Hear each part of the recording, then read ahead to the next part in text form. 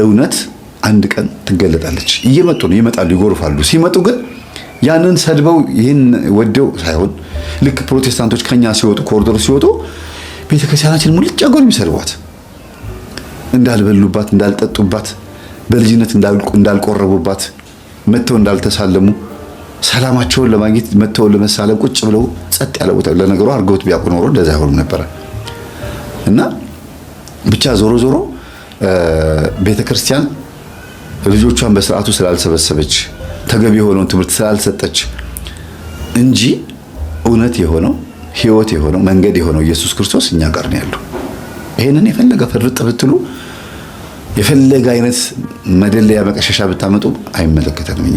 እኔ እውነቴን ልንገራችሁ፣ ፕሮቴስታንቶች ደብተራዎችን ስሰድብ እየሰሙ ወይም ደግሞ ስነቅፍ ወይም ደግሞ ስገስጽና ስቃወም እየሰሙ ለምን ካልተቀበሉ እኛ ጋር ለማትመጣም የሚሉበት ሁኔታ ሁሉ አለ አይደል? እንድች ያለች ጨዋታ ደስ ትላለች አይደለ? በጣም የሚገርም ነው። ሳልፈቅድላቸው አካውንቴ ላይ ገንዘብ ሁሉ ሊከቱ ነበር። በገንዘብ ደልለው ስንቶቹ እንደዚህ ወሰዳችሁ አልኳቸው። እንደዚህ አልኳቸው፣ ስንቶቹን ወሰዳችሁ? እኔ እኮ አሁንም ቤተክርስቲያን ውስጥ ነው ያለሁት። ሄጄ ማስቀድሰው ቤተክርስቲያን ውስጥ ነው። ደስ ያለኝ ቤተክርስቲያን ሄጄ አስቀድሳለሁ። አውደ ምሕረት ስላልተፈቀደልኝ አትሮንስ ጨብጬ ስላልሰበኩኝ የቤተክርስቲያን አባል አይደለሁም እንዴ? አይደለሁም ማለት ነው። እና ደብተራን ተቃወምኩ ማለት ቤተክርስቲያንን ተቃወምኩ ማለት ነው እንዴ? በአዳም ልኮን ተቃወምኩ ማለት ስር ማሽቀጠል በጣሹን ነቀፍኩ ወይም ተገሰጽኩ ማለት ቤተክርስቲያንን ገሰጽኩ ማለት ነው በእናንተ ቋንቋ ብዬ እነግራቸዋለሁ። አንተ ፋራ ትሆናለህ እንዴ? እየመጡ እኮ ሁሉም ይጠቀማሉ። ምንድነው የምታወራው ምናምን እና መድረክ ይሰጣል እንደፈለገ። አረ ይሄው ዩቲዩብ የሚያክል መድረክ አለ።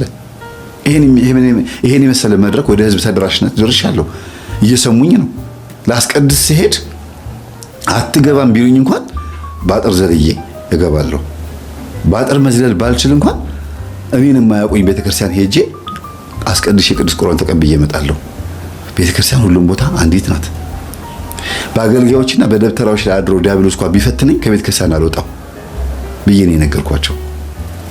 ደረቅ ብለው የሄዱት እና ግን አብረዋቸው ይሄን ስናገር አብረዋቸው የነበሩ ከነሱ ውስጥ አንዱ ገንጠል ብሎ ለብቻው መምህር እኛ ቤት እንኳን ዳልሞት የነበረ የምታወራው ነገር ትክክል ነው፣ እመጣለሁ ቢሮ እሺ አገኛለሁ አለ። የካባዶ በነበርኩበት ሰዓት ነው። ቢሮ ድረስ መጣ በማግስቱ። አንተ ትናንት ከፓስተሮች ጋር የመጣው አይደል እንዴ አልኩት። አዎ ምን ፈለክ አልኩት። አይ በቃ ስለ ዳልሞት ስታወራ ሰምቼ ነው አለኝ። እሺ ና ቁጭ በል አልኩት። ሰማ፣ ቅዱስ ቁርባን ተቀበለ፣ ተጠምቆ። በቃ አንድ ጊዜ ነው የነገርኩት። በወሩ መጣና ኦርቶዶክስ ሆንኩኝ እኮ አለኝ። እግዚአብሔር አልኩት በእውነት አለኝ።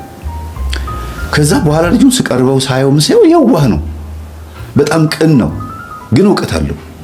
እና የእውነት ኢየሱስን እየሰበኩ ስለሚመስለኝና የእውነት ኢየሱስን እየገለጥኩ ስለሚመስለኝ ነው ችክ ብዬ በዛ ሐዋርያነት ውስጥ ሄድኩት እንጂ አለኝ እማየው ብዙ ነገር አለ። ግን በቃ እኔ ማምለክ እፈልጋለሁ፣ ጌታን ማምለክና ትክክለኛ አማኝ መሆን ነው የምፈልገው። ለዚህ ነው ወደ ኦርቶዶክስ መምጣት የፈለኩት አለኝ። ይሄ ምን ማለት ነው? ገንዘብ አልያዘውም፣ ጥቅም አልያዘውም። አንዳንዶች ኳየሮች ይደውሉኛል።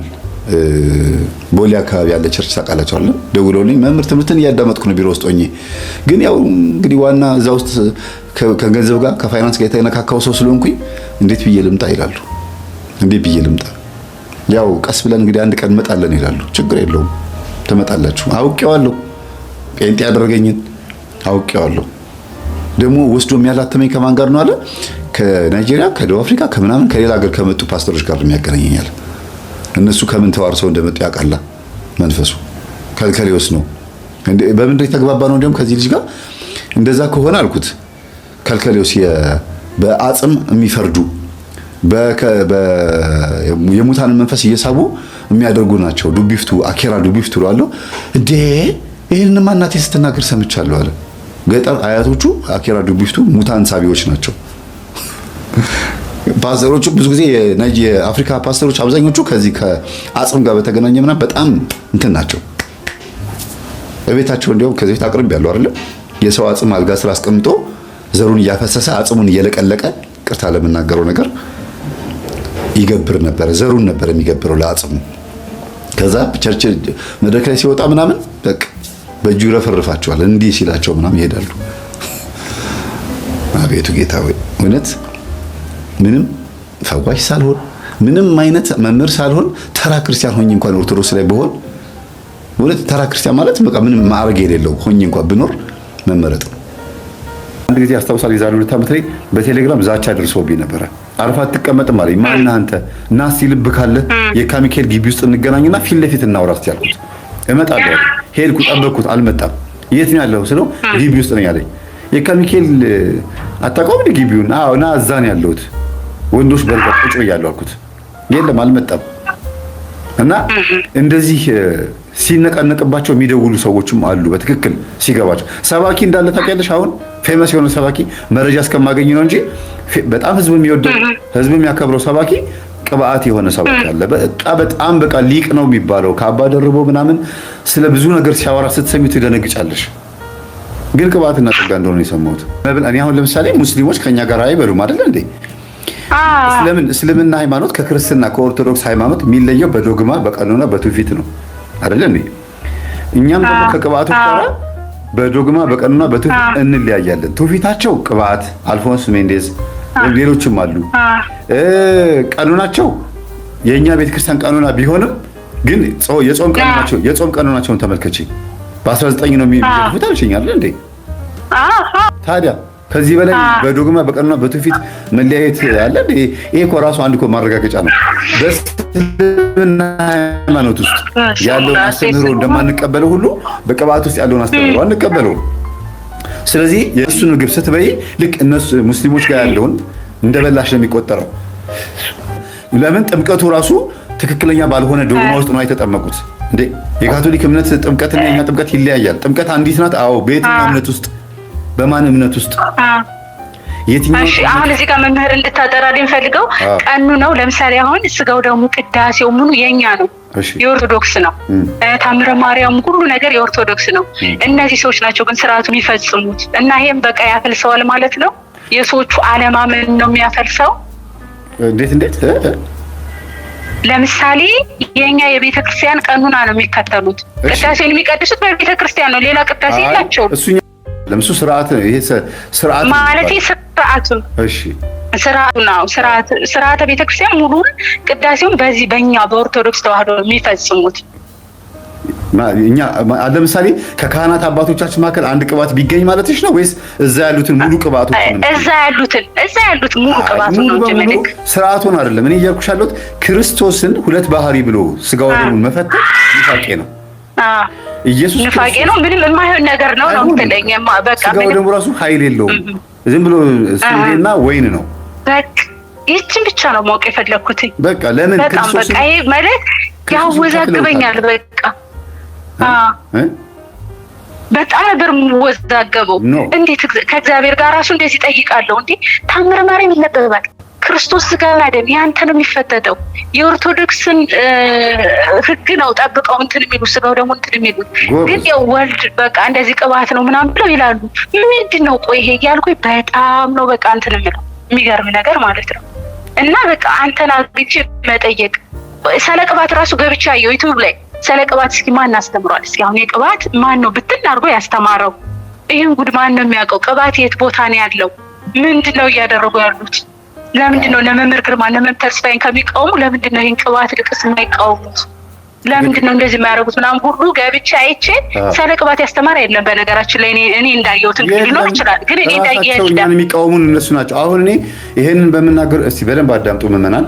እስቲ ይሄንን አሁን የምናገረው ነገር በደንብ ከሰማችሁ የምትፈልጉትን ቪዲዮ ቆርጣችሁ መልቀቅ ትችላላችሁ። በኢትዮጵያ ኦርቶዶክስ ተዋህዶ ቤተክርስቲያን እምነት ውስጥ ያላችሁ አባቶቻችን ቤተ ክህነት ወይም ሲኖዶስ